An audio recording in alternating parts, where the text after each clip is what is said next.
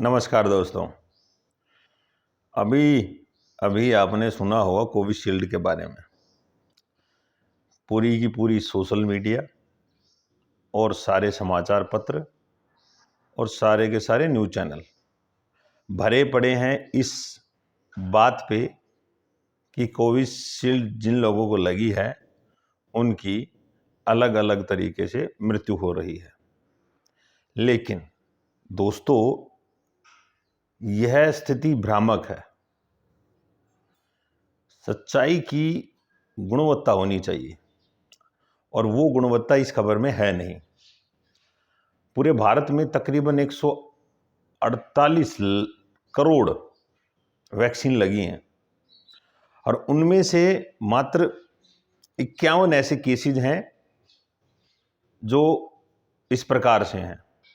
तो आप परसेंटेज देख लीजिए।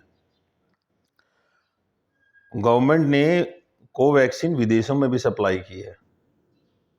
हमें इस बात को नहीं भूलना चाहिए कि मरने से हम पहले बच चुके हैं इस वैक्सीन से। अब सवालों का पिटारा खोल दिया है सरकार के खिलाफ, तो उससे पहले सोच लीजिए। शगुफा हो सकता है ये। बड़ी ही भ्रामक स्थिति है गांव में। अगर मैं बात करूं मेरे ही गांव की, तो कल माताजी का फ़ोन आया था, तो उन्होंने बोला कि जिसको वैक्सीन लगी है वो तो मरेगा। अब स्थिति भ्रामक है, चुनाव का समय है, लोग अफवाहें फैला देते हैं और अफवाहें गांव में ज़्यादा फैलती हैं, जहां पर सच्चाई का लोगों को पता नहीं होता, ना तथ्य होते हैं ना प्रमाण होते हैं, और उन बातों पर विश्वास कर लिया जाता है। और बड़ा तबका ऐसा है जो ज़्यादा पढ़ा लिखा नहीं है और वो आसानी से डाइवर्ट हो जाते हैं। राजनीति यहाँ पर भी है। राजनीति में जाने से पहले, राजनीति करने से पहले समझना ज़रूरी है। आपका वोट देश हित में होना चाहिए। वोटिंग करने ज़रूर जाइए। और ऐसी कोई बात नहीं है कि कोवैक्सीन जिसको लगी है, कोविशील्ड जिसको लगी है, उस व्यक्ति की अचानक मृत्यु हो जाएगी। अगर ऐसा होता तो अभी तक बहुत सारी इमरजेंसी केसेस आ चुके होते, देश में भी एक तरीके से हाहाकार मच चुका होता, लेकिन ऐसा कुछ नहीं है।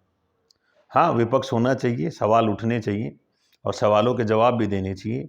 और उन्हीं सवालों में से एक जवाब ये है जिसमें बहुत कम मात्रा में लोगों की मृत्यु हुई है और उनका कारण अलग अलग रहा है। एक बिल्कुल पर्टिकुलर कारण कोविशील्ड नहीं है। तो आप निश्चिंत रहिए, बेफिक्र रहिए और अपने मन में ये झूठी खबरें देखकर ये वहम मत पालिए कि वैक्सीन में कुछ गड़बड़ थी।